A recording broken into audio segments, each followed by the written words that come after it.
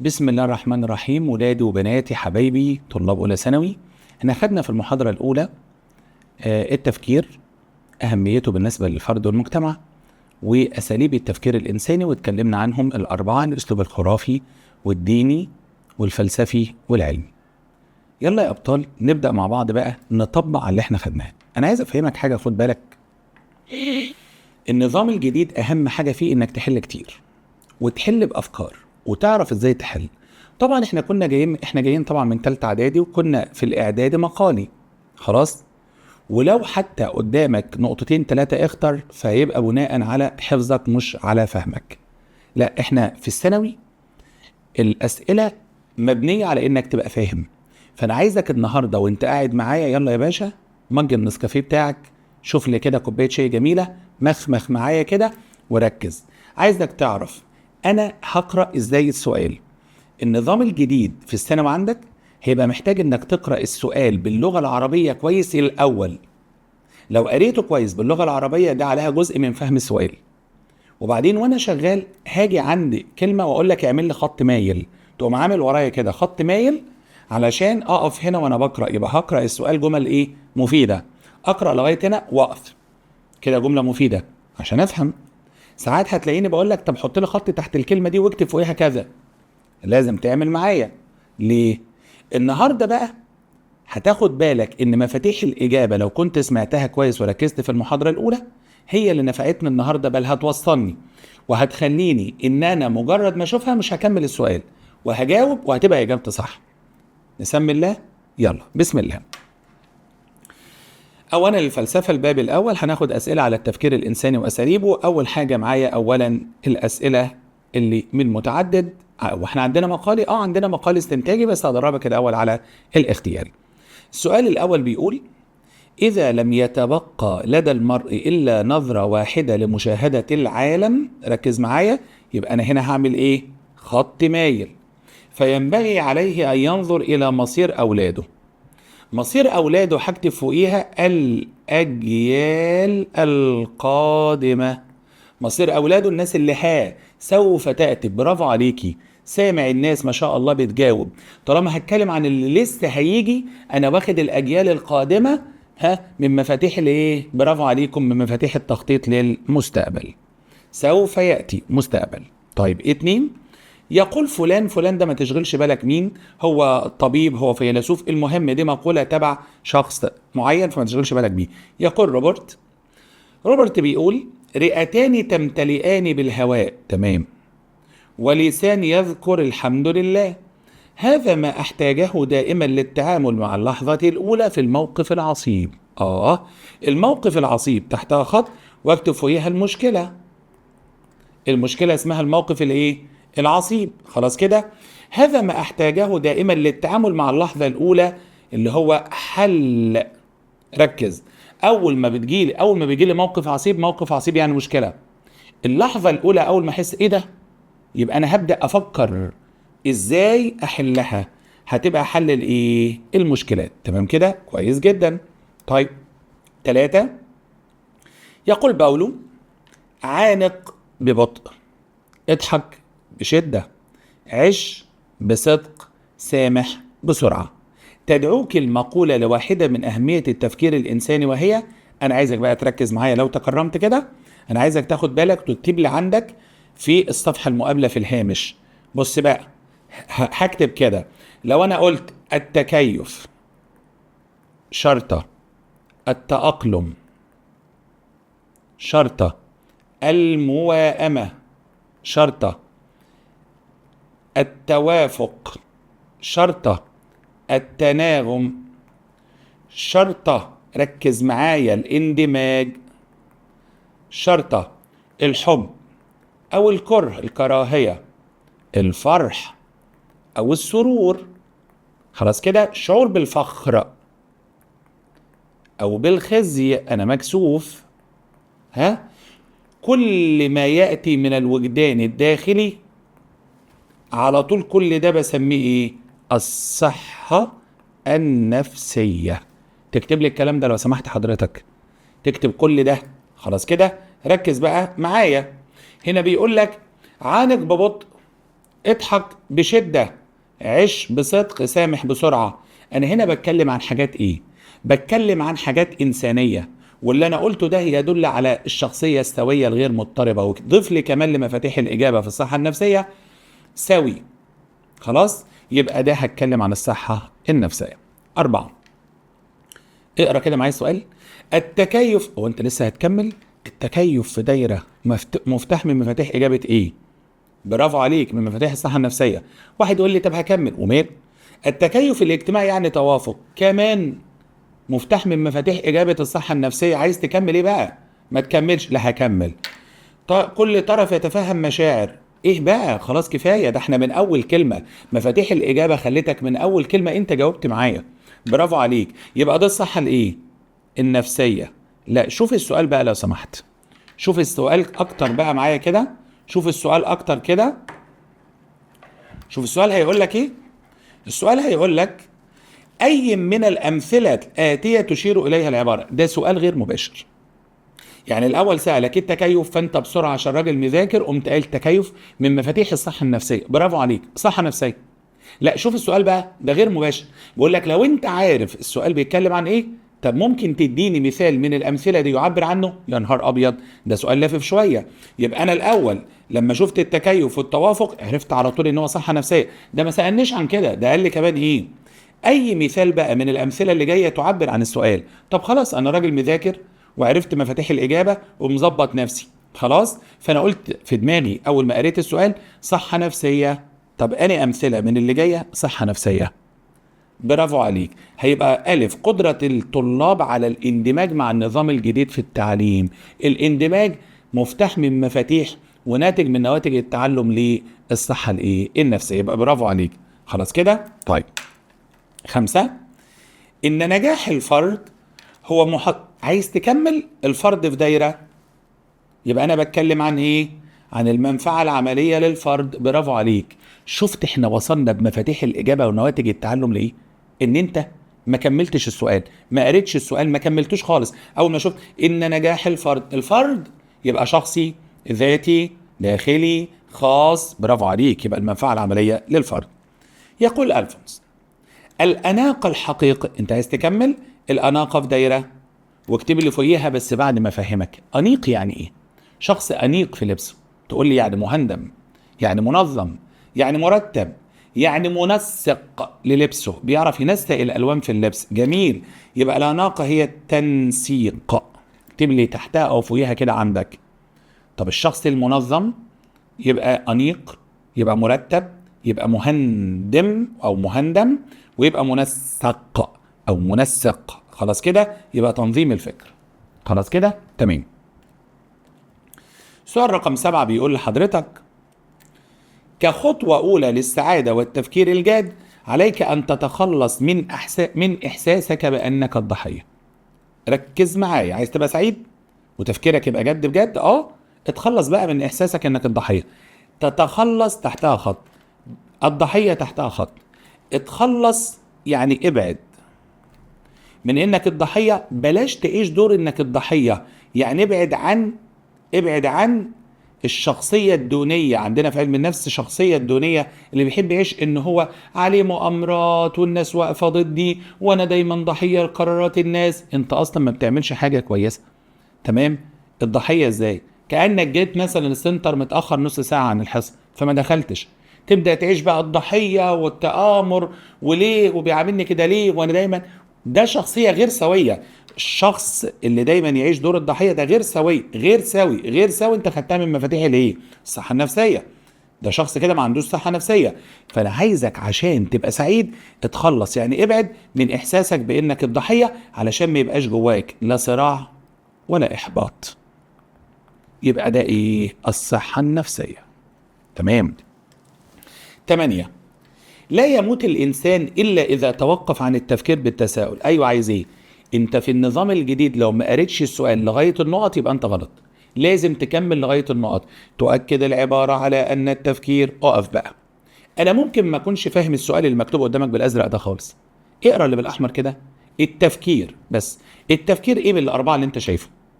التفكير محدود؟ لا. أنا درست في المحاضرة الأولى كده؟ لا. طب التفكير مكتسب؟ بالعكس، انت لو رجعت للمحاضرة احنا ما قلناش كده. طب مؤقت؟ لا. امال التفكير ايه؟ فطري. التفكير الانساني فطري، يولد الفرد مزودا به، مش بنركب لك جهاز لما تكبر عشان تفكر. التفكير شيء تلقائي. عشان كده قلنا لو انت فاكر ومراجع المحاضرة كويس، قلنا ان التفكير يتشابه مع النمو في ان الاتنين تلقائي، انما يختلف عن التعلم لان التعلم مقصود، انا اللي رايح اتعلم، انا اللي رايح اتدرب. خلاص كده يبقى التفكير ايه؟ فطري. كويس جدا.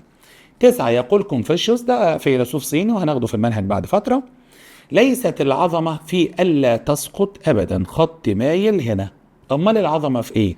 أن تنهض كلما سقطت. ركز معايا كده، حتى المقولة عجباني.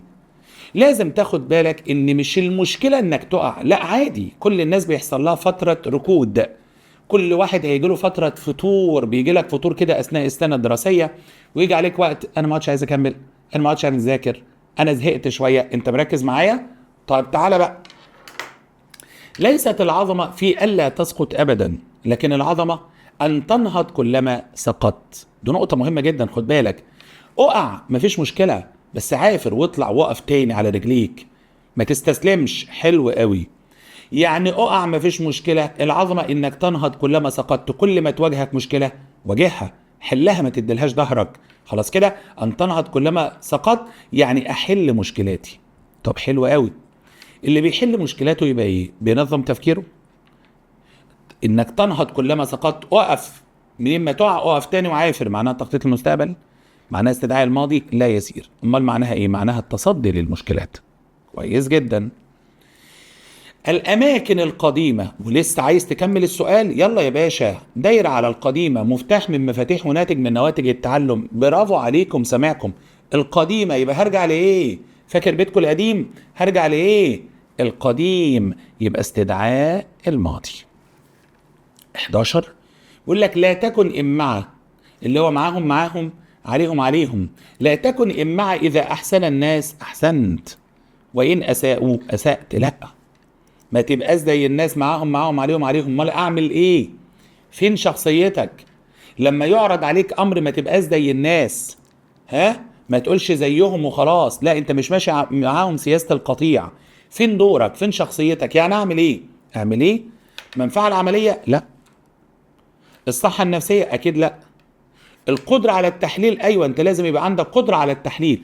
ما هو الشخص اللي مش بيمشي مع الناس، معاهم عليهم، هو الشخص اللي عنده قدرة على التحليل والنقد والتقويم، بيفكر. 13 12 مجموعة من النشاطات الذهنية. يا باشا، حط خط تحت هنا، يلا حبيبي، يلا أبطال، برافو عليك. وهتقوم كاتب فوق الذهنية العقلية. حلو جدا. وبعدين ركز معايا، مجموعة من النشاطات الذهنية عن العقلية. هو اللي بيحصل جوه مخك نشاط بيتشاف؟ لا. حلو، يبقى مجرد معنوي. كويس جدا، اكتبوا يا أبطال الكلام ده. عقلي بيقوم بنشاط اللي هو التفكير. طب التفكير اللي بيتم جوه عقلي بشوفه؟ لا، مجرد غير ملموس، معنوي. حلو قوي. يبقى ده معناه ان التفكير ايه؟ استنى، ده بيقول لي يعكس. اوعى تفكر ان يعكس في النظام الجديد عندنا معناها عكس، لا. يعكس معناها يوضح، يبين. خلاص كده، معناها ان الشيء هو. عامله دايما اقولها كده، عامله زي المرايه. انا ببص في المرايه بشوف صوره مين؟ المرايه بتعكس صورتي انا.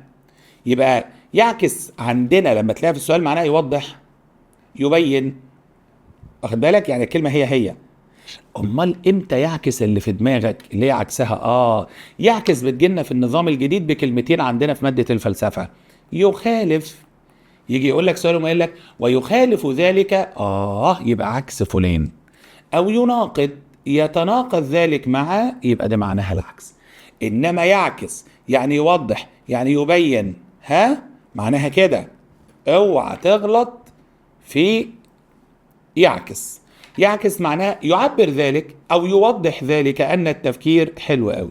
انت لسه حاطط خط تحت الذهنيه، وقلنا ذهنيه عن عقليه، واللي بيتم جوه عقلك مجرد معنوي، مش بتشاف، مش ملموس. حلو قوي. يبقى ده معناه ان التفكير ايه؟ مقصود؟ لا. مكتسب؟ لا. بيعكس وجهة نظر صاحبه. التفكير بيبين وجهة نظرك، بس السؤال مش معناه كده. السؤال معناه ان التفكير شيء يتم داخل الذهن، واللي بيتم داخل الذهن مش متشاف، معناه مجرد. يبقى انا بتكلم وهختار برافو عليكم هادف غير مرئي، معنى ان التفكير غير مرئي، واكتب جنبه لا يرى ولكن يستدل عليه. التفكير لا يرى ولكن يستدل ايه عليه. 13. طبعا انا عشان ما اخدش وقت كبير في الحلقه معاك في المحاضره، انا بتكلم الحاجه مره واحده، انت وقف وراجع واسمع مره واثنين وثلاثه. 13 يقول دانيال كالهان، ده عندنا في المنهج هناخده في الترم الثاني، ما علينا هو مين. يجب علينا ان نحافظ على البيئه نظيفه وسليمه. ليه؟ خط مايل هنا جمله مفيده اهو. ليه؟ لكي نسلمها للاجيال القادمه نظيفه. لازم نحافظ على كوكب الارض اللي احنا عايشينه، ده ميثاق كان عمله هو واحد اسمه هانز يوناس في المنهج القديم. فبيقول لك هنا احنا لازم نحافظ على البيئه عشان نسلمها للاجيال اللي جايه هي كمان نظيفه. كأني بقول لكم المدرج اللي انتوا قاعدين عليه ده يا شباب، حاولوا تحافظوا عليه عشان الدفعه اللي جايه بعدكم. للاجيال القادمه، جم الاجيال القادمه ولا لسه سوف ياتون؟ لسه هيجوا، صح؟ طيب اكتب فوقيها المستقبل. لسه سوف ياتون. حلو قوي، لسه هيجوا. اللي لسه هيجوا دول بقى يا نجم يبقى ايه؟ تنظيم خبرات؟ لا طبعا. تذكر ماضي؟ ده عكسها، ده انا بقول لسه هيجوا مش ببص ورا. حل مشكلات؟ هي المشكله في السؤال. اللي لسه هيجي انا واخدها التخطيط للمستقبل. الاجيال القادمه اللي لسه هيجوا انا واخدها من مفاتيح ومن نواتج تعلم التخطيط للمستقبل. تعالى بقى للسؤال ده، عجبني قوي، ركز فيه. رجوع التاجر لما يدونه من متطلبات بشكل يومي لشراء، بشكل يومي جنبها ايه؟ خط مايل. انا كده قلت جمله مفيده. لشراء كل ما ينقصه من المعروض في الاسواق. ارجع. رجوع اول كلمه ده مفتاح من مفاتيح الماضي، هرجع لورا اكتب فيها الماضي. رجوع التاجر لما يدونه في دايره. يدونه في دايره. لما ادون الحاجه، انا راجل فاتح محل، فاتح من 8 الصبح ل 8 بالليل. كل ما واحد يجي لي يطلب حاجه وما تكونش موجوده، انا معايا نوت بكتبه. شفت لما تروح الصيدليه وتطلب دواء مش موجود بيعمل ايه؟ بيقوم يكتبه قدامك ويقول لك انا هطلبه لك من مخزن الادويه، وعادي ساعه ساعتين يبقى مر عليا. خلاص كده انا راجل بدون في نوت كده، معايا كشكول بكتب فيه الحاجات اللي ناقصاني واللي الناس سالت عليها في المحل طول النهار وما كانتش موجوده، علشان لما اقفل هروح للتاجر اللي بيبيع جمله اجيب منه الحاجات دي عشان ما تبقاش ناقصه عندي في المحل بتاعي. انت متخيل مع الموقف؟ انا جيت الساعه 8 بالليل عشان اقفل، رجعت للنوت، فلان بتليفونه، شوف كاتب اسمه وتليفونه عشان لما اجيب الحاجه ارن عليه يجي ياخدها، الساعه 9 كان سال على كذا، وفلان بتليفونه الساعه 11 الصبح كان سال على كذا. اللي انا بعمله ده اسمه ايه؟ انا كده شخص ايه؟ منظم، مرتب، صح كده؟ انا راجل كده شغال بنظام، راجل منظم. الحاجه اللي ناقصاني بكتبها، مش بعتمد على عقلي واجي بالليل هو كان مين اللي سال على كذا، انا كنت فاكر كان في حد سال على حاجه كمان. لا لا لا، انا راجل منظم مرتب اهو. حلو. يبقى التدوين يدل على التنظيم والترتيب. الشخص اللي تلاقيه ماسك نوت وبيكتب كل حاجه ده شخص منظم. حلو قوي. يبقى رجوع تعبر عن الماضي، ويدون التدوين يعبر عن التنظيم. يبقى انا هختار تذكر الماضي وتنظيم الخبرات. برافو عليكم. واحد يقول لي زي ما بعض الطلبه قالوا لي في السنتر، طب ليه ما تكونش تذكر الماضي وحل المشكلات؟ وانت قاعد دلوقتي هتلاقيك بتقول طب والله انا كنت اقول كده. لا بقى، تعالى يا باشا، هي مش تذكر الماضي وحل المشكلات. تذكر الماضي مش مختلفين عليه عشان الرجوع، بس التدوين مش حل مشكله. انت عارف امتى اختار حل مشكلات؟ لما اقول لك رجوع التاجر لما يدونه من متطلبات، واقوم سالك واقول لك ما النتائج المترتبه على ذلك. خلاص؟ النتائج المترتبه انه هيحل المشكله، ما عادش هيبقى عنده مشكله. انما انا بسالك بقول لك هو كده بيعمل ايه؟ كده بيعمل ايه؟ رجوع يبقى ماضي، بيدون يبقى راجل بصراحه منظم، برافو عليه. خلاص كده؟ كأن معايا واحد كان شغال في المحل، الحاجات الناقصه ياخدها في مخه كده، واخر اليوم اقول له هجيب ايه يا ابني؟ وانا بروح له اخر اليوم نقفل مع بعض، هجيب ايه؟ الناس سالتك عليه مش موجود عندنا، والله كان في واحد بيسال على كذا مش فاكر، في حد كمان جه سالنا على حاجه بس نسيت. عارف ايه اللي نساه؟ ان هو مش منظم. اقول له يا ابني اكتب الحاجات الناقصه. يبقى لما يكتب الحاجات الناقصه ويدونها يبقى هو شخص ايه؟ مرتب ومنظم. طب يلا تعال شوف معايا بقى كده. وضح العالم الكبير أحمد زويل أثناء لقاء تلفزيوني كيف أثرت طفولته وتنشئته الاجتماعية على حياته وأفكاره. يا سلام، ده سهل جدا.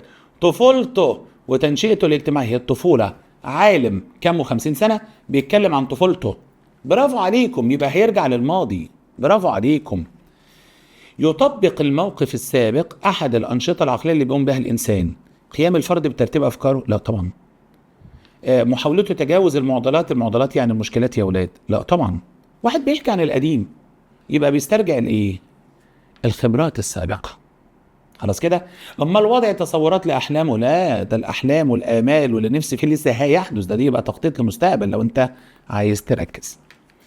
رحلة الطموح لا تتطلب البحث عن ارض جديدة، خط مايل هنا، ولكنها تتطلب الاهتمام والرغبة والسعي والتعامل باجتهاد. الله، اهتمام ورغبة وسعي وتعامل باجتهاد حتى يستطيع الفرد تحقيق طموحه. الطموح، الشخص الطموح مش لازم تبحث عن أرض جديدة.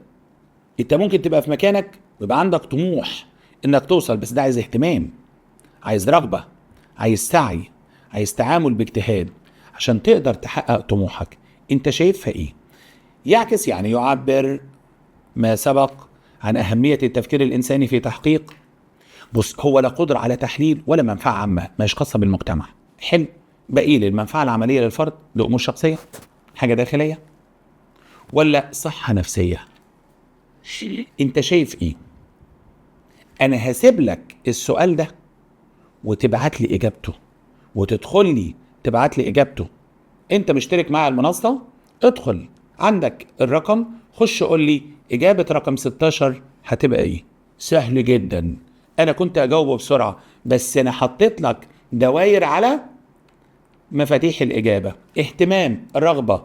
رغبة، هي الرغبة بتبقى داخلي ولا خارجي؟ الرغبة بتبقى جواك، السعي بيبقى من جواك، الاجتهاد بيبقى من جواك. حليت وخلاص، بس انا برضو عايز ولادي يتفاعلوا معايا. 17، حل المشكلات. ده احدى الحالات التي تستدعي التفكير. وقت ما تواجهك مشكلة بتبقى انت عايز تفكر. اي من المواقف الاربعة اللي تحت دول يعبر عن حل المشكلات. فتاة بتقسم وقتها، ما تكملش. تقسيم الوقت يبقى تنظيم وترتيب، يبقى مش هي. فتاة التحقت بالتدريب على الإسعافات الأولية بتمهد للالتحاق بالمدرسة، لا، يبقى ده حاجة خاصة بها هي، يبقى المنفعة العملية للفرد. فتاة تتعرف على زميلتها في المرحلة الابتدائية أثناء لقائها بهم في إحدى المناسبات. يا افتكرت زميلتها اللي كانت معاها أنت كنت معايا في الابتدائي وهم النهاردة في ثانوي زيكم. لا، ده ماضي. سيدة تعد، بتجهز، بتخيط ملابس أبنائها، هي اللي بتعملها، تعمل ملابس ولادها في المنزل.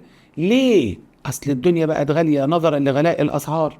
كأن مامتك بقت بتعمل مربى في البيت علشان غالية من بره. ماما بتعمل زبادي في البيت بقت غالية. هي بتعمل ايه هنا؟ بتحل مشكلة. مشكلة غلاء الأسعار هي حلتها بأن هي تعد ملابس ولادها في البيت. برافو عليك، يبقى الإجابة رقم ج. برافو عليكم ولادي أشطر طلاب. تعال اقرا معايا كده. تصدي الإمام محمد عبده للتواكل في عصره، وكان يدعو الأمة للعمل ورفض التأثر باتجاهات الآخرين، واستطاع مواجهتها بأدلة منطقية. التواكل اللي هو انت كان وقتها الإمام محمد عبده، ده كان عندنا في الفلسفة في المنهج القديم، كان عندنا بيواجه في عصره التواكل اللي حصل في مصر. التواكل الناس يقول لهم يلا نشتغل، كانوا بعدوا عن العمل، ما نشتغل، تمام، ما نجتهد. يقولوا احنا متوكلين على الله. زي ما انت تقول انا مش هذاكر، سيبها على الله، الا ربنا عايزه هيكون. لا حبيبي، ده مش اسمه سيبها على الله، ده اسمه تواكل. انت تتواكل على الاخرين. سيبها على الله معناها ان انا اجتهد واعمل كل اللي عليا، والباقي والنتيجة بيد الله عز وجل. فالراجل هنا واجه التواكل والانحرافات اللي حصلت في عصره في التفكير، وكان بيدعو الأمة للعمل ويقول لهم ما تتأثروش بكلام الناس، واجهوا الواقع. وكان بيقول الكلام ده بأدلة عقلية منطقية عن عقلية، وهتاخد معايا المحاضرة، أنا هقوم أصورها لك دلوقتي المنطق بعد ما نحل مع بعض. الراجل ده كان بيعمل ايه؟ يا ترى نستخلص من موقف الامام محمد عبده اهميه التفكير الانساني في ايه؟ في الصحه النفسيه؟ في المنفعه الشخصيه؟ اكيد مش منفعه شخصيه لانه بيدعو الامه. طب منفعه فرديه؟ ما هي المنفعه العمليه للفرد عن الفرديه؟ لا، يبقى يا صحه نفسيه يا قدره على النقد. هو الراجل ده بيعمل ايه؟ يدعو الامه للعمل، ورفض التاثر باراء واتجاهات الاخرين. انا مش همشي ورا الناس. برافو عليك، برافو عليكي. القدره على التحليل والنقد والتقويم. لان احنا حلينا سؤال من شويه، ارجع لي بالفيديو، لما كان بيقول لا تكن مع ان احسن الناس احسنت وان اساءوا اسات. لا، ما تمشيش ورا الناس، حاول تشغل مخك، حلل الكلام. ان جاءكم فاسق بنبأ، يعني فتى ايه؟ ان جاءكم فاسق بنبأ فايه؟ فتأكدوا فتبينوا فتثبتوا. خلاص كده. يبقى الراجل قال ارفضوا يا جماعه، وانا برفض نتاثر باراء الناس التانيه يا جماعه. لازم تفكروا وتواجهوا بادله منطقيه يعني عقليه. يبقى القدره على التحليل والنقد والتقويم اللي هي رقم د. برافو عليكم. 19. اخد بق بس معلش. ان نجاح الفرد هو محصله اجتهاد. هو انت هتكمل ليه؟ نجاح الفرد برافو عليكم. الفرد يبقى ذاتي، شخصي، داخلي، خاص. برافو عليكم. يبقى المنفعه العمليه للفرد. اشكركم ولادي مشرفيني. قيام الدوله، الحق ده لسه عايز اكمل السؤال. تكمل ليه؟ قيام الدوله يا باشا من مفاتيح لايه؟ ها، الدوله والحكومه والقوانين ورسمي. يبقى ده ايه؟ يبقى منفعه ايه؟ برافو عليكم. اشطر طلاب المنفعه العمليه. قالوا لي لا يا راجل، منفعه عمليه ايه اللي انت بتقوله ده؟ كنت عايز اغلطك. الدوله يبقى منفعه ايه؟ عامه. منفعه مجتمعيه. برافو عليك. التقط التلسكوب. لا، عايز تكمل؟ انا مش هكمل. اما انا بديك مفاتيح اجابه ليه؟ ما انا عشان اميزك عن غيرك. برافو عليكم. التلسكوب اكتب فوقيها آلة العلمية. هات لي بقى يا بطل الاسلوب العلمي، السطر الثاني فيه هتلاقي بدايته التجارب والآلات. منين ما استخدم آلة علمية على طول اكتب في الصفحة المقابلة الآلات العلمية كالتلسكوب والمجهر و يبقى الاسلوب العلمي. مش عايزه كلام، ده موضوع تافه. تعالى يا باشا. التقط التلسكوب الفضائي. انا مش مكمل ولا اي السؤال. تلسكوب يبقى ايه؟ يبقى علمي على طول. احسن طلاب واشطر ناس، وان شاء الله باذن الله هنقفل مع بعض. قامت اليابان، السؤال اللي بعده، قامت اليابان بتطوير مباني مقاومه للزلازل. خط مايل كده، جمله مفيده يعني. حيث يتحرك المبنى مع الزلزال ولا يحدث له اي ضرر. حط لي خط تحت مباني مقاومه للزلازل. انا بسالك سؤال وما قلتلكش اليابان اللي عملته، قلت لك في دول بدات تعمل مباني مقاومه للزلازل. عملتها بأني اسلوب؟ عملتها بالقلب ديني؟ عملتها باساطير وخرافات وايه اللي بيقولوه ده؟ لا، كان يبقى خرافي. امال عملتها ايه؟ بالعلم، اسلوب علمي، حاجات علميه. يبقى ايه؟ يبقى الاسلوب العلمي. كويس. 23 يكتفي بسطاء الفكر والعامة. تحتها خط. بسطاء الفكر والعامة هتكتب فوقيها مصطلح فلسفي اسمه رجل الشارع. مش عارف انا خط وحش ولا ايه، انا مش فاهم، بس ما علينا. رجل الشارع. طب بس نكمل. يكتفي بسطاء الفكر والعامة من الناس بالاستعانة بالوصفات البلدية. يا نهار ابيض، حط تحتها خط. وزيارة الأضرحة. حط تحتها خط. الأضرحة زي السيد البدوي وزي ابراهيم الدسوقي.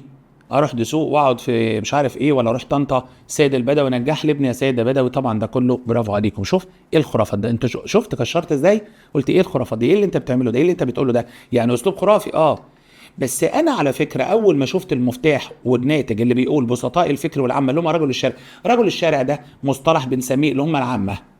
اهو العامه من الناس اللي مش متعلمه. ست بتقابلك في الشارع كده او بتبيع في السوق، ست طيبه كده زي اهالينا. تمام. بسطاء الفكر تلاقيهم يا عيني بيعتنقوا وبيصدقوا اي حاجه، زي ان هي تروح تاخد ابنها التعبان وتروح بابراهيم الدسوقي وتروح بالسيد البدوي وتروح بيه مش عارف مين.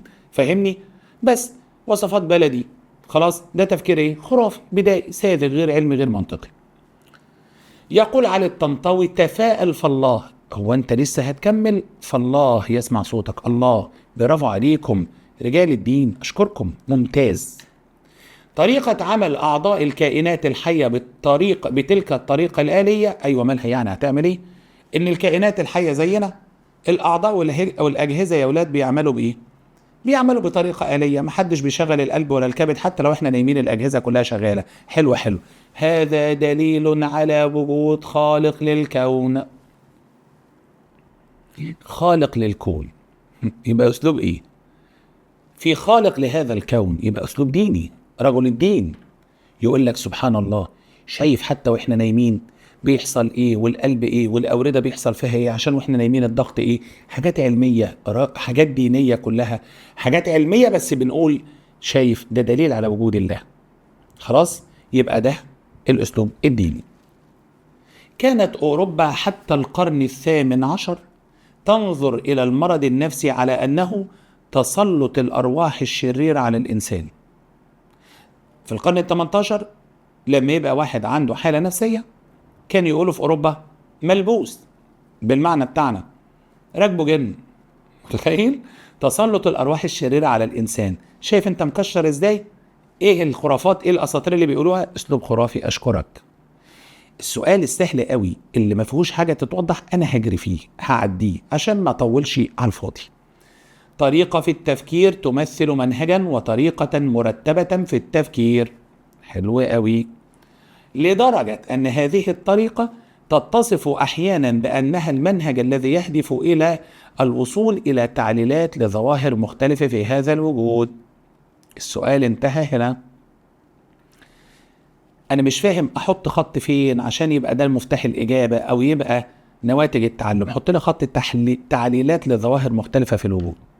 تعليلات يعني أسباب، لظواهر مختلفة يعني جزئية في هذا الوجود في دايرة. مين اللي بيتكلم عن الوجود؟ واخدها انت من مفاتيح ايه؟ الاسلوب الفلسفي. برافو عليك، ده مش كده وبس، وهديك كمان مفتاح، وهديك كمان ناتج للتعلم.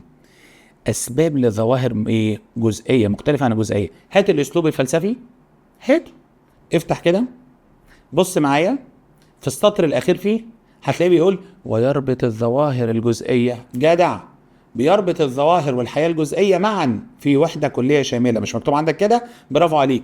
مين بيربط الظواهر المختلفه لشيء واحد؟ ادي مفتاح الفلسفي. مين بيتكلم عن الوجود؟ ادي مفتاح تاني وناتج تاني الفلسفي. يبقى برافو عليك، الاجابه الاسلوب الفلسفي. 28. تحدث نظريه نيوتن. حط نيوتن في دايره واكتب فوقيه عالم. هو نيوتن ده ايه؟ عالم. تهدف نظرية نيوتن إلى إيجاد تفسير حول العالم الكبير لهذا. واحد يقول لي حضرتك مدينا مفاتيح إجابة ونواتج تعلم عشان ما نكملش السؤال. برافو عليك يا عم، أنا اللي غلطت المرة دي. تهدف نظرية نيوتن، وهقف هنا. عالم، العالم يبقى إيه؟ أسلوب علمي. برافو عليك. ده ما فيش هنا ولا أسلوب علمي ولا خرافي ولا فلسفي ولا ديني. السؤال ده حضرتك بقى لازم تاخد بالك معايا فيه، والنبي تصحصح عشان خاطري، بالله عليك تصحصح. بيقول لك هنا الوصول الى قبل ما نقول هنا هيديني حتة من الشرح بتعبر عن الاسلوب. ما يحلش السؤال ده غير اللي مذاكر. ركز معايا. الوصول الى العلل خلاص اتفقنا الاسباب، والبعيدة يعني الاولى. مين اللي بيوصل للعلل الاولى؟ مين اللي بيوصل للاسباب الاولى؟ جدع، هنعوض ده كله ونحط مكانه الفلسفي. حلو. طب مين بيوصل لتفسير شامل كلي شامل؟ ده من مفاتيح الفلسفه، اكتب الفلسفي. جيم، الوصول للمبادئ الاولى، احنا لسه كاتبينها. اللي بيوصل للمبدأ الاول جذر المشكله، اصل المشكله، الفلسفي. يعني الثلاثه فلسفي. طب مين اللي بيوصل الى العلل؟ يعني الاسباب المباشره يكتب القريبه. خلاص كده، القريبه المباشره. العالم يبقى العلمي. يبقى انا لو ما حولتش الافكار دي الى اساليب ما اعرفش اختار. ارجع تاني، نيوتن عالم، يبقى هيبحث عن ايه؟ عن الوصول الى العلل المباشره القريبه، وده الاسلوب الايه؟ العلمي. عايز تسمع الحاجه تاني؟ رجع الفيديو، ثبت، اسمع مره واثنين وثلاثه. انا بحل على طول، مش مستعجل. انا في السنتر لا هقوله مره واثنين وثلاثه، انما هنا انت تقدر توقف وتسمعه براحتك، فعشان ما نطولش. 29. يحاول امبادوكليس، ماله ده؟ فيلسوف يوناني. برافو عليك. هتقوم انت قايل والله ما انا مكمل، انا هروح على اسلوب الفلسفه. ما تستنى، ما نقرا مع بعض. يحاول امبادوكليس رد الاشياء الى ماده اولى واحده، ولكنه وضع اصولا اربع للوجود، وهو الماء والهواء والنار والتراب. الراجل ده كان بيقول ان الوجود مكون من 4 اشياء، ما علينا، وهي بمثابه علل. بسرعه، علل يعني اسباب، الحق ده اسباب اولى يعني بعيده، الاسباب البعيده لهذا الكون. اسباب اولى وكون، ده مفتاحين ورا بعض، ده ناتجين ورا بعض. لسه انت حالا قبل ما اقلب اهو هرجع لها تاني. الاسباب الاولى مين؟ الفلسفه اهو يا باشا. يبقى الاسباب اهو يا نجم، الاسباب الاولى، يبقى ده الفلسفي اللي بيبحث عن الاسباب الاولى، يبقى بالاسلوب الايه؟ الفلسفي. وكمان الكون بيبحث عن الاسباب الاولى للكون، عايز يعرف الكون مكون من ايه؟ لا ده خلاص، ده هيشتغل بالتامل العقلي، يبقى فلسفي. 30. يقول بارمينيدس. بارمينيدس على فكره برضو ايه؟ فيلسوف يوناني. بس استنى، خلينا، انا ما اعرفش ان هو ايه يوناني ولا فيلسوف. نقرا السؤال. الاشياء واحده في العقل، خط مايل هنا، كثيره في الحس. انا مش فاهم اصلا. لا حط لي بس العقل في دايره، والحس اكتب فوقها الحواس وفي دايره. الاشياء واحده في العقل، انت عارف ده معناه ايه؟ معناه ان العقل لا يختلف عليه 2، اما الحواس هي اللي بتجيب لنا معارف متغيره نسبيه بتختلف. انا مش فاهم، انا هفهمك السؤال وبعدين ايه اشرح، نحله مع بعض. ركز معايا كده. الاشياء واحده في العقل، العقل ما بيختلفش عليه 2. يعني ايه؟ يعني لو انا قلت لكل الطلاب كل واحد لوحده ذاكر، ما ينفعش، شد على نفسك، انت دخلت مرحله جديده. بالعقل لو سمعني بالعقل هيقول لي كلامك صح. انما الاشياء في الحواس كتيره. طب ازاي؟ انا هاخد 5 6 طلاب من اللي قاعدين، هوقفهم في مكان وكل واحد معاه ورقه وقلم، وهقول له بص قدامك، بص يعني في الشارع، واكتب اللي انت شايفه. هل هيكتبوا نفس الكلام؟ لا. اللي نظروا 6 على 6 هيكتب شايف مثلا 6 حاجات، اللي نظروا 5 يكتب 5 حاجات، النظر 4 هيقول انا شايف 4 حاجات. خلاص؟ يبقى ليه اختلفت الحقائق؟ لان اختلفنا، لان رجعنا لحاجه مختلفه بين البشر وهي الحواس. نظرنا مش واحد، سمعنا مش واحد. انت بتبقى قاعد عامل الشاشه الصوت، انا بدي مثال على 5، انت سامع 100 100 الماتش كويس، جدك يقول لك علي يا حبيبي شويه مش سامع، يبقى تعملها له على 8 او على 9. ركز ركز، هتزود يعني. يبقى انت هنا لو فكرت من حيث الحواس، الحواس مش واحده بين البشر، نظرنا مش واحد، سمعنا مش واحد، احساسنا نفسه مش واحد. انا بلاقي طالب عندي في شهر طوبه جاي لي بنص كم وانا واقف بتكتك، يا حبيبي قول له والله انا مش حاسس ببرد، انا مصدق.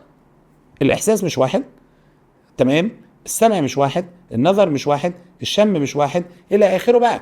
يبقى الحواس مختلفه، فعشان كده الاشياء في الحواس كثيره ومتنوعه. حلو بقى، كفايه كده الشرح ده. الاشياء واحده في العقل. مين اللي بيستخدم العقل؟ الفلسفي. برافو عليك. خلاص كده. طيب، يرى افلاطون، انا سامعك بتقول افلاطون فيلسوف يبقى فلسفي. طب ممكن نستنى. يرى افلاطون ان هناك ما يعرف بعالم المثل، خط مايل، وهو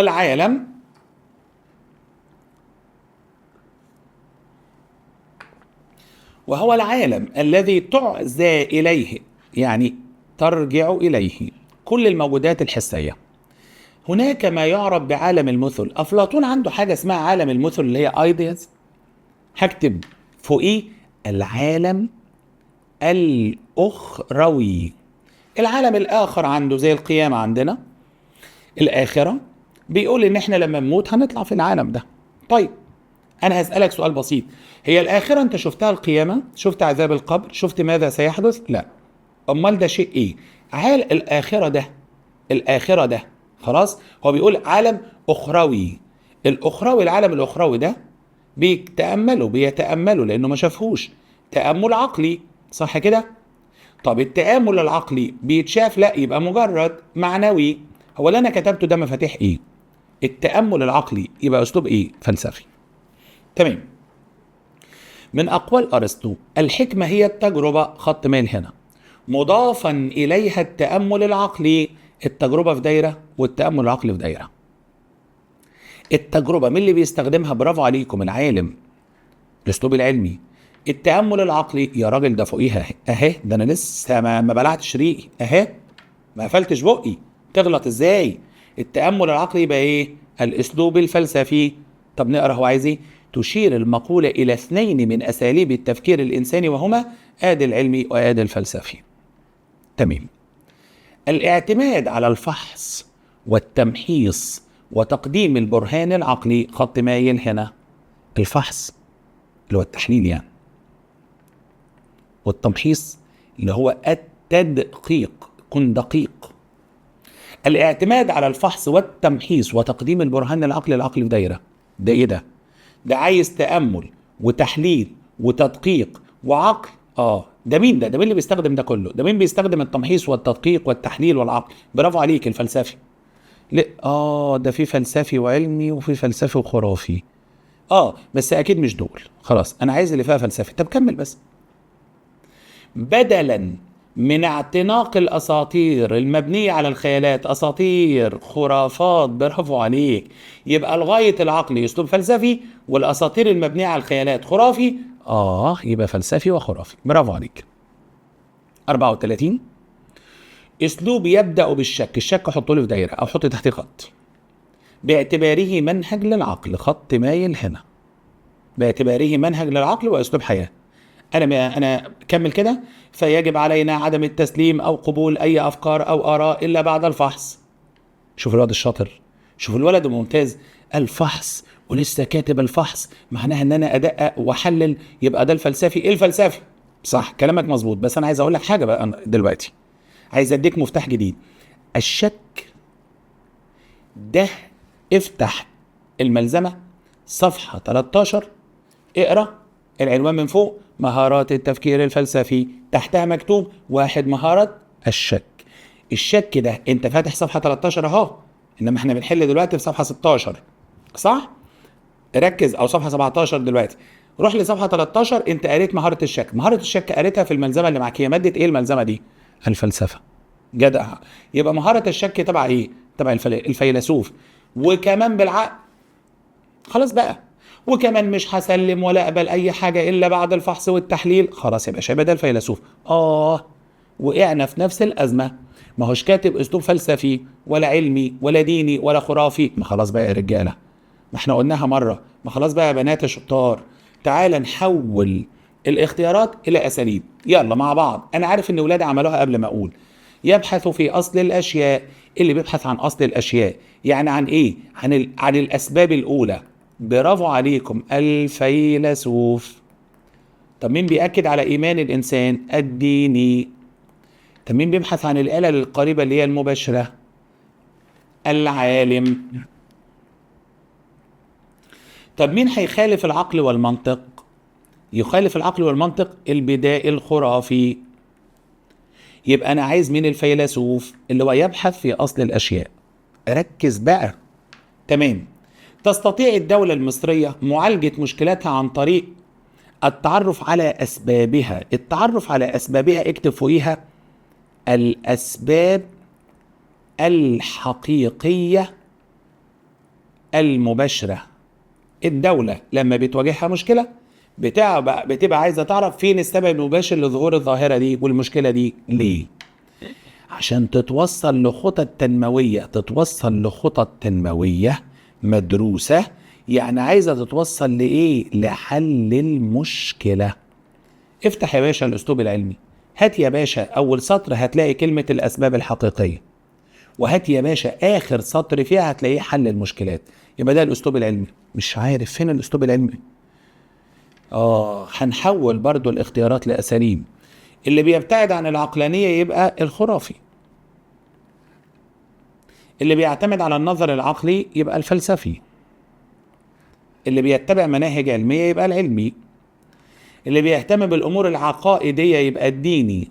وحضرتك لسه قايل الدولة بتبحث عن الأسباب المباشرة للظواهر، وكمان ده كله عشان إيه؟ تحط إيه؟ حل. يبقى ما يتبع مناهج إيه؟ علمية. ممتاز ممتاز ممتاز. تمام. طب تعالى، معتقدات قديمة راسخة، ما تكملش وانت هتكمل. معتقدات قديمة قديمة، برافو عليك، يبقى خرافي. خرافي؟ فين الخرافي هنا؟ أصحاب الفكر الساذج، ده تفكير اسمه تفكير خرافي. 37، يتميز ذلك الأسلوب بالشمول، ما تكملش، الشمول شامل. هات كده الأسلوب الفلسفي واقرا تحتيه اللي أنا كاتبه بالأحمر، هتلاقي آخر كلمة فيه إيه؟ شامل. يبقى ده مين؟ الفيلسوف. فين الفيلسوف؟ ما أناش عارف. يلا يا بطل، يلا يا حبايبي، هنحول الاختيارات لإيه؟ لأساليب. يبحث عن العلل المباشرة، علل يعني الأسباب، مش عايز أقولها كل شوية، والمباشرة يعني القريبة، ده العالم. ماشي. يقدم تعليلات غيبية ساذجة، ده الخرافي، الشخص البدائي. يؤمن بالقدرة الإلهية، ده الديني.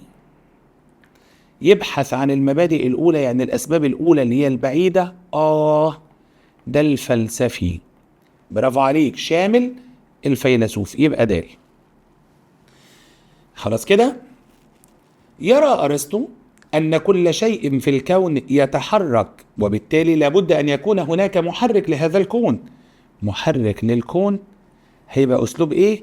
هسيبه لك تبعت لي الإجابات. لازم كده عندك سؤالين واجب، لازم عايزك تتحرك وتشتغل معايا، بس تركز.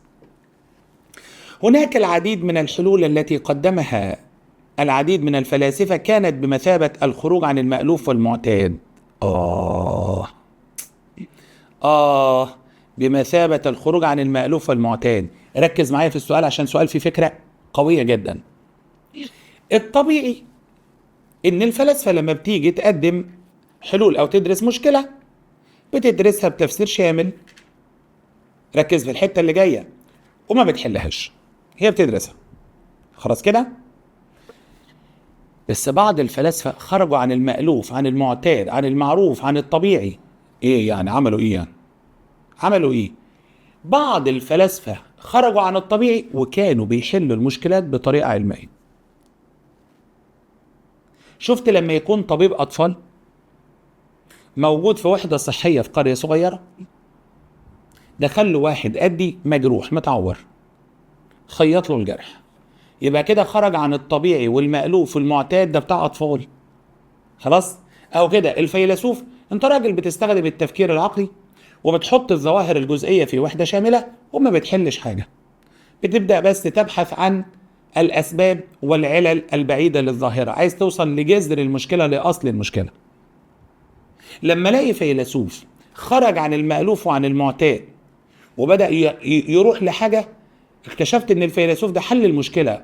حل المشكلة ده حل المشاكل، ده من سمات ومن صفات الاسلوب العلمي. هتلاقيها في الاسلوب العلمي في اخر حاجة بيحل المشكلات. برافو عليك. بص لو ما قريتش اللي بالاحمر انت مش فاهم اللي بالازرق. طب اقرا اللي بالاحمر. هذه العبارة تجسد تمتع بعض الفلاسفة بالاسلوب. لما فيلسوف يحل مشكلة يبقى خرج عن الايه؟ عن المألوف، لان مش من طبيعته اللي بيحل المشاكل، ده هو بيحط المشاكل في اطار كلي وفي وحدة كلية. ده انت كده خرجت عن المألوف.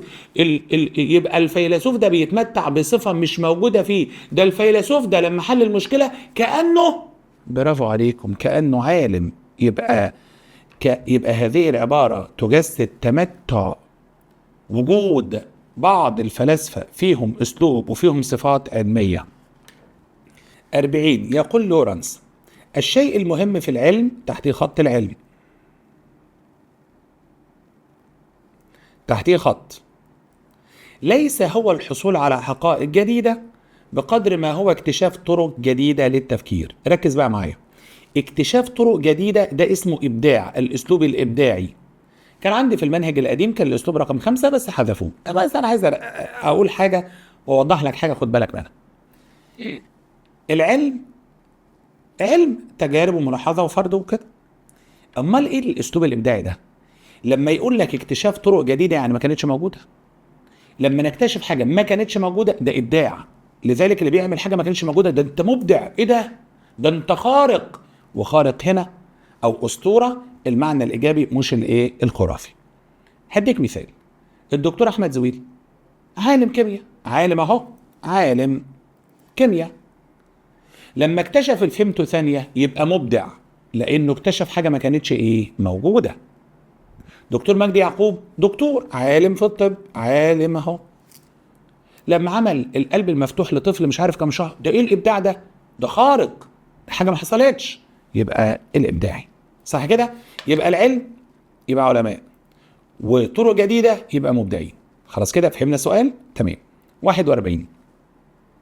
لقد كان للتفكير الاسطوري تأثير على الاعتقادات وخاصة المتعلقة بالغيبيات. أنا سامعكم انتوا بتقولوا، وده فرحني، وانت بتقول ما تكملش. الأسطوري يعني خرافي، يبقى الايه؟ الأسلوب الخرافي. برافو عليك. وكمان في مفتاح اهو الغيبيات، وكمان قديما، ده ممتاز جدا. ده انا بدل المفتاح في السؤال وبدل الناتج 3. ركز بقى بعد إذنك، مفيش هنا لا أسلوب ديني ولا خرافي ولا علمي ولا فلسفي ولا إبداعي ولا أنا عارف. ما احنا تعودنا بقى هنحول الاختيارات إلى أساليب. اللي بينظر في أصل الأشياء يعني بيبحث عن الأسباب الأولى البعيدة. برافو عليكم الفلسفي. أيوة كده أنا اطمنت على أولادي. يبحث في العلل المباشرة، علل يعني أسباب، والمباشرة يعني القريبة، العلمي. يخالف العقل والمنطق، الخرافي البدائي الساذج. يركز على الجوانب الشرعية، يبقى الديني. برافو عليكم ممتازين. والحاجة بقى الأسطورية، الخرافات والغيبيات وقديما، يبقى الايه؟ الخرافي، يبقى جيم يخالف المنطق والايه؟ والعقل. 42. أثبتت العلماء، وعايز تكمل علماء، خلاص مش هكمل، أنا مش مكمل. طب اقرأ، بس اقرأ أنت بقى. أثبت العلماء يبقى خلاص عالم، أسلوب علمي. تعالى كده. أثبت العلماء أن الضغوط النفسية والقهر النفسي كما حدث للراحل أحمد رفعت اللي هو كان لعيب كورة، كانت سبب مباشر في اضطراب التغذية والنوم والقلب عنده، قد يؤدي لوفاته. العلماء قالوا، يبقى أسلوب علمي. برضو مفيش، ده كاتب لي العلل القريبة إيه ده؟ العلل الغير مباشر للظاهرة. غير مباشر يعني البعيد، الأسباب البعيدة. يبقى الفيلسوف، الأسلوب الفلسفي. طب المباشرة يعني القريبة، يبقى العالم العلمي. طب العلل البعيدة الغير مباشرة، يبقى الايه؟ يبقى نفس ألف، يبقى الفلسفي. طب العلل، ما علل يعني أسباب يا ولاد. الجوهرية يعني الأساسية، يعني الأصلية، اللي بيبحث عن السبب البعيد، الأصل الجوهري، برضو الفلسفي. فلسفي فلسفي فلسفي، مفيش غير انت العلمي. العلماء بيهتموا بقى بايه؟ بمعرفة الأسباب والعلل الايه؟ المباشرة.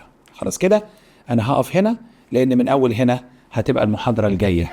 بصوا حبايبي، احنا كده أخدنا محاضرة الأولى كانت شرح، أخدنا فيها التفكير وأهميته للفرد وللمجتمع والأساليب، وحلينا مع بعض.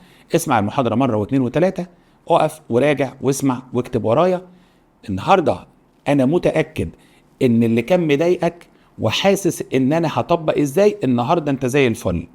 أكيد أنت أول ما خدت المحاضرة بدأت تفتح الإيه؟ الملزمة معاك وعايز تحل. انا ما رضيتش اديك واجبات الا لما احل معاك. النظام ده بقى يخليك تحل كويس جدا وتعرف.